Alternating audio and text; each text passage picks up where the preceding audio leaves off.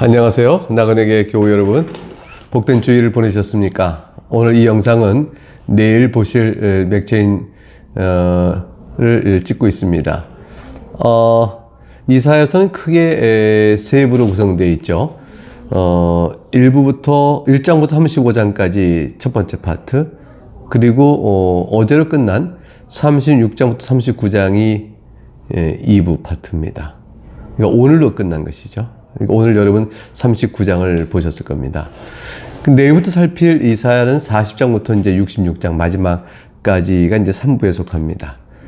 40장부터 66장은 다시 이제 40장부터 48장, 그리고 이제 49장부터 57장, 58장부터 66장 이렇게 크게 세 달라고 나눠서 다시 3부 전체를 보는데, 근데 이제 이 3부의 내용은 정말 구약 속의 신약이다 할 만큼 복음적인 내용들이 많이 담겨져 있습니다.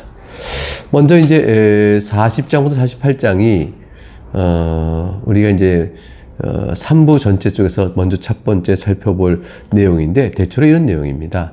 바벨론으로 이제 유다가 끌려갑니다. 끌려간 유다가 마침내 이제 돌아오게 되는 여호와의 구원을 맛보게 되죠. 그것에 대한 예언이 나와 있는 부분이라 이렇게 볼 수 있겠습니다. 그러면 이제 오늘 이걸 40장을 살펴보도록 하죠. 1절부터 11절까지 말씀을 먼저 살펴볼 텐데, 바벨론의 포로로 끌려간 하나님의 백성에게 하나님께서 이제는 징계를 이제 거두시고 다시 이들을 가나안 땅으로 인도하실 것을 말씀해 준 내용이 11절까지 내용이 나옵니다. 1절부터 보면 여러분 굉장히 유명한 말씀들을 많이 보시게 됩니다. 너희의 하나님이 이르시되 너희는 위로하라, 내 백성을 위로하라.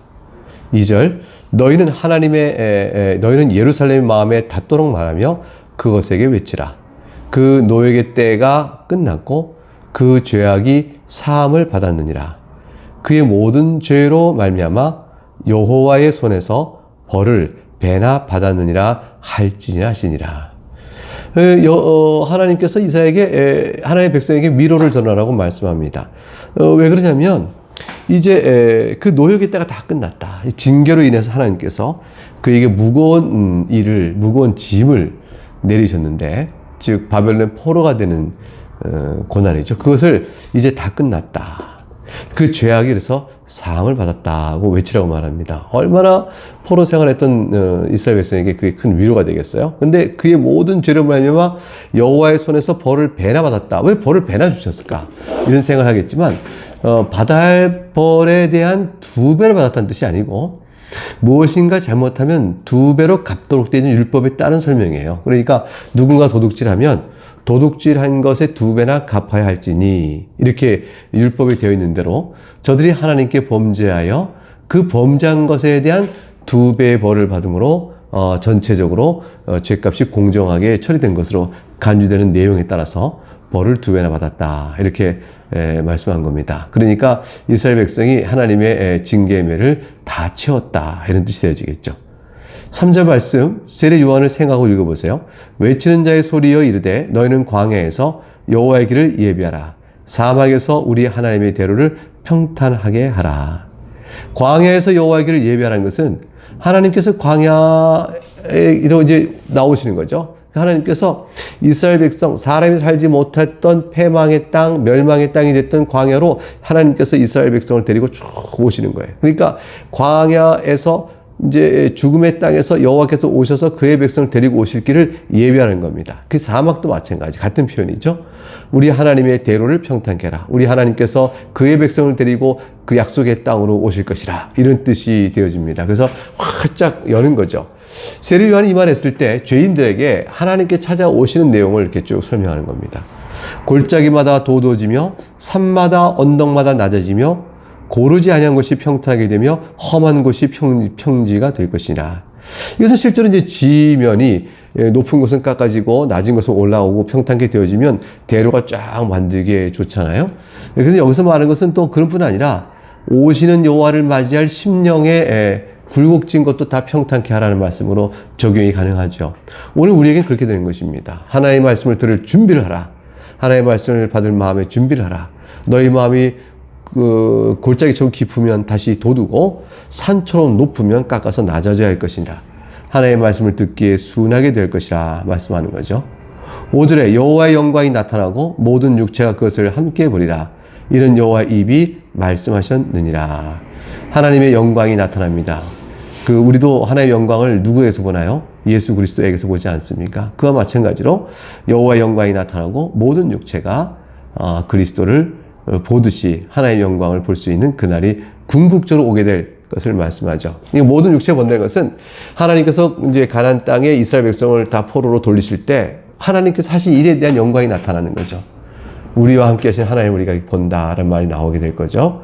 그런데 동시에 이것은 예수 그리스도 말미암아 이 땅에 오셔서 보이실 그 영광을 우리에게 말씀하신다. 이렇게 보아도 되는 것입니다. 그것을 궁극적으로 가리키는 말씀이라 볼 수 있습니다.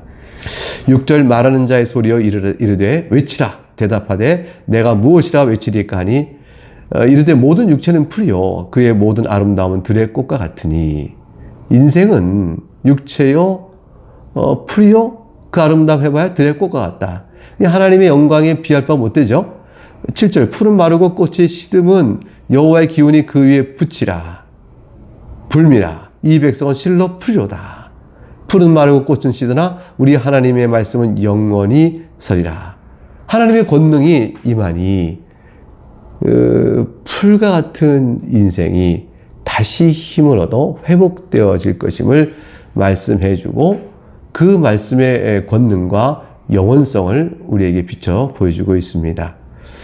9절부터 11절 말씀 속에 이제 이 아름다운 구원의 소식을 전한 자에게 하나님께서 임재하실 것이고 또 하나님이 인도하실 것이라는 사실을 선포하라고 또 명령합니다. 9절 아름다운 소식을 시온에 전하는 자여 너는 높은 산에 오르라. 아름다운 소식을 예루살렘에 전하는 자여 너는 힘써 소리를 높이라. 두려워하지 말고 소리를 높여 유다의 성읍들에게 이르기를 너희 하나님을 보라 하라. 이 복된 소식을 전하는 자가 얼마나 마음이 기쁠까요? 하나님의 영광에 유리 없는 예시가 쫙 나타나면서 바벨론 포로가 돌아오는 것. 사실 예수 그리스도의 복음이 바로 그것인데 그걸 쫙 전하는 자의 영광스러움이 얼마나 클까? 두려워하지 말라고 말합니다. 혹시라도 복음을 배척하거나 또는 거부하거나 그런 사람들의 태도나 말을 두려워하지 말고 전하라고 말합니다. 유다의 성읍들에게 이르기를 소리를 높여 전하라고 말합니다. 너희 하나님을 볼 것이라고 말하죠. 10절 보라 주 여호와께서 장차 강한 자로 임하실 것이며 친히 그의 팔로 다스릴 것이라. 보라 상급이 그에 있고 보응이 그의 앞에 있으며. 상급과 보응은 그 같은 말이에요. 하나님께서 갚을 대로 갚으시고 그의 상을 주실 것이라는 말씀이에요. 하나님께서 장차 강한 자로 임하시고 그의 팔을 다스릴 때 누가 그걸 감당할 수 있겠습니까? 누가 거스릴 수 있을까요? 하나님 뜻이 이루어질 것이니. 11절 그 내용은 목자같이 양떼를 먹이시며 어린 양을 그 팔로 모아 품에 안으시며 젖먹이는 암컷을 온수에 인도하실 자기 백성을 모으시는 하나님의 사랑이 여기 있습니다. 그러므로 하나님이 약속한 그날에 그의 백성을 모으는 일이 온전케 될 것을 말하죠.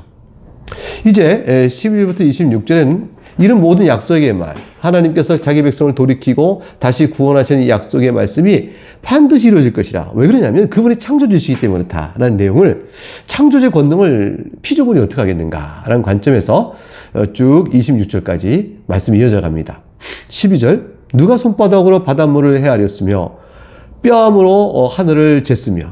참 표현이 그렇죠. 손바닥으로 바닷물을 헤아리며 뺨으로 하늘을 쟀으며 땅의 티끌을 되에 담아 보았으며 접시 저울로 산들을 막대 저울로 언덕을 달아보았으랴.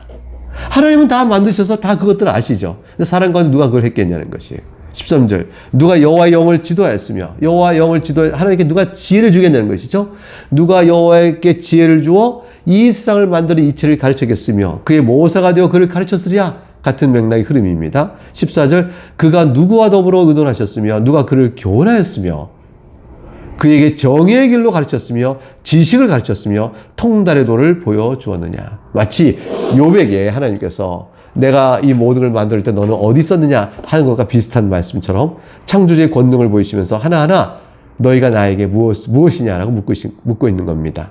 15절 보라 그에게는 열방이 통에 한 방울 물과 같고 열방이 모였다 하더라도 한 통불에 한 방울만 같고 저울에 작은 티끌 하나 올린 것 같고 섬들은 떠오른 먼지 같으니 레바논이 아무리 수목이 많다고 있어도 여호와 하나님 앞에서는 땔감에도 부족하겠고 그 짐승들이 아무리 많아도 번제 드릴 때 부족하기 턱없이 부족한 것이라. 하나님은 그렇게 크신 분이라 이 세상 모든 걸 주고도 하나님께 갚을 것이 없다는 말씀과 같은 맥락입니다. 17절 그의 앞에는 모든 열방이 아무것도 아니라 그는 그들이 없는 것 같이 빈 것 같이 여기시니라. 세상의 모든 세력의 힘을 다 모으면 하나님께 대적이 되겠어요? 소용이 없죠. 하나님 있으라면 있고 없으라면 없는 빈 것과 같은 것에 불과합니다. 18절 그런즉 너희가 하나님을 누구와 같다 하겠으며 무슨 형상을 그에게 비기겠느냐. 이런 창조 하나님의 권능을 나타내 보이면서 그러므로 이제 말하는 겁니다. 우상과 같겠느냐라고 말합니다. 19절 우상은 장인이 부어 만들었고 장색이 금으로 입혔고 또 은사슬을 만든 것이라. 우상에는 뭔가를 말해줍니다. 결국 사람이 만든 것에 불과하지 않느냐 이 말씀이죠. 20절 궁핍한 자는 거제를 드릴 때에 썩지 아니하는 나무를 택하고 지혜로운 장인을 구하여 우상을 만들어 흔들리지 아니하도 세우니라.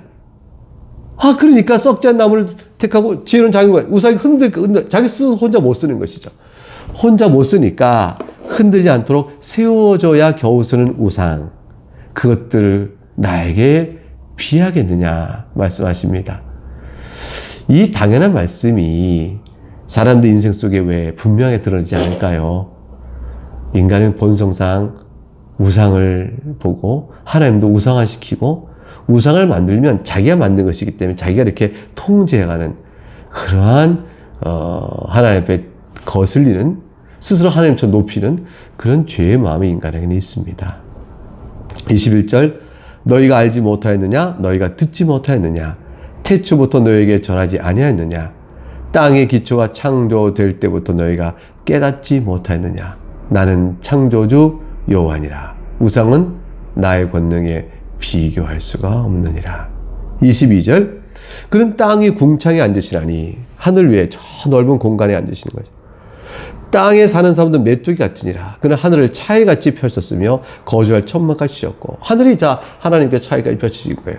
하나님은 저 우주 지구의 땅 보면 지구가 반원이 저 수평선 저 끝에 있잖아요. 그 모든 것들에 닿는 곳에 하나님은 다 계시라니 그 하늘은 하나님이 두루 친 차일과 커튼과 같은 것이라고 말합니다. 23절 귀인들을 폐하시고 세상의 사사들을 헛되게 하시라니 이 세상에 귀인이요 권력자를 다 모아봐라.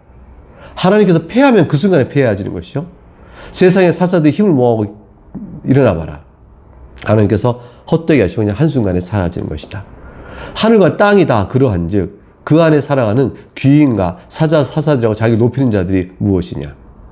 그들이 역사 속에서 자기의 힘을 자랑해도 겨우 심기고 24절 겨우 뿌려졌으며 그 줄기가 겨우 땅에 뿌릴 박을 뿐인데 그러자마자 하나님이 입김을 후 부시면 그들은 말라 회오리 바람에 불려가는 큰 지푸라기 초계와 같이 되고 마는 것이라. 인간이 갖고 있는 것들이 다 그런 것이겠죠. 25절 26절 오직 하나님만이 창조주로서 절대 권능자임을 천명합니다. 25절 볼까요? 거룩하신 이가 이르시되 그런즉 너희가 나를 누구에게 비교하며 나를 그와 동등하게 하겠느냐 하시니라. 26절 너희는 눈을 높이 들어 누가 이 모든 것을 창조하였나 보라. 주께서는 수요대로 만상을 이끌어내시고 그들의 모든 이름을 부르시나니 그의 권세가 크고 그의 능력이 강함으로 하나도 빠짐이 없느니라. 사랑하는 교우 여러분, 하나님께서는 모든 수요를 하나씩 다 하십니다. 만상을 다 일일이 하시는 것이죠. 그것들의 이름을 아시고 그것들을 대하여 그의 권세로 다스려 나가십니다. 하나님과 비교할 그 어떤 것이 있겠습니까? 창조주 하나님 우리 아버지를 모셨다는 사실에 여러분 믿음 안에서 큰 위로와 확신을 갖고 담대하게 살아갈 수 있기를 바랍니다. 이제 27절부터 31절 마지막 단락을 보겠습니다. 그러니 창조주 하나님의 권능이 이러하니 우리가 그 하나님을 믿는 것 외에 무엇을 의지하리요? 라는 신앙의 권면이 나오고 있습니다. 27절 야곱아 어찌하여 네가 말하며 이스라엘아 네가 이르기를 내 길은 여호와께 숨겨졌으며 내 성사는 내 하나님에게서 벗어난다 하느냐. 하나님께서 마치 내 길은 모른다. 하나님이 모르시고 있는 것 같아. 하나님께서 나의 기도는 듣지 않으신 것 같아. 하나님 나를 외면하시나 봐. 어찌 네가 그렇게 말하느냐. 하나님 믿고 의지하라. 하나님 창조자 아니시냐. 다 보고 있다. 하나님 때 가운데서 그 뜻을 이루실 것이니라. 28절 볼까요? 너는 알지 못하였느냐? 듣지 못하였느냐? 영원하신 하나님 여호와 땅 끝까지 창조하신 이는 피곤하지 아니하시며 곤비하지 않으시며 명철이 한이 없으시며 피곤한 자에게 능력을 주시며 무능한 자에게 힘을 더하시라니 네가 어찌하여 하나님을 의지하지 못하느냐? 듣지 못하느냐? 창조주 하나님은 영원한 하나님이시라. 땅 끝까지 만드셨으니 그분에게 세상이 겪듯 무슨 피곤함이 있겠느냐? 곤비함이 있겠느냐? 30절 31절 마지막 그러므로 여호와를 의뢰하면 힘을 얻을 것이라는 말을 강하게 권면함으로 40장을 마치게 됩니다. 30절 소년이라도 피곤하여 곤비하며 장정에 넘어지며 쓰러지되 세상은 소년이여 기계여 청년이여 가장 힘이 좋은 그런 때라도 피곤하고 곤비하고 넘어지고 쓰러질 수 있습니다. 그러나 31절 오직 여호와를 앙망하는 자 여호와를 의지하는 자는 여호와께로부터 새 힘을 얻으리니 독수리가 날개 치며 올라감과 같을 것이요 다른 박쥐라도 곤비하지 아니하겠고 걸어가도 피곤하지 아니하로다. 인생을 의지하는 자는 넘어질 것이지만 하나님을 의지하는 자는 견고하신 하나님의 손길에 따라서 끝까지 가게 될 것을 말씀합니다. 교회는 어떤 것들이 다 무너져도 교회는 지금까지 계속됩니다. 주 오실 때까지 교회는 곤비치 않고 가게 됩니다. 복음의 역사는 행진합니다. 여러분의 인생도 하나님의 손에 붙들린 즉 여러분을 향한 구원의 손길은 견고하게 계속될 것이며 세상의 마귀와 그 어떤 것도 여러분을 쓰러뜨리려 하려도 결코 쓰러뜨리지 못할 것입니다. 이사야 40장은 이제 여호와의 영광이 나타냄을 여호와의 길을 예비하라 라는 말씀부터 있는 그 유명한 말씀이 결국 하나님을 의뢰하는 자는 곤비치 않을 것이라는 말씀으로 이어져게 됩니다. 예수 그리스도 그 중심적 신앙 안에 이와 같이 강력한 하나님의 손길이 우리와 함께하고 있음을 굳게 믿으시고 또 믿음의 확신 가운데 복된 하루를 지낼 수 있기를 주의 이름으로 축복합니다. 네, 감사합니다.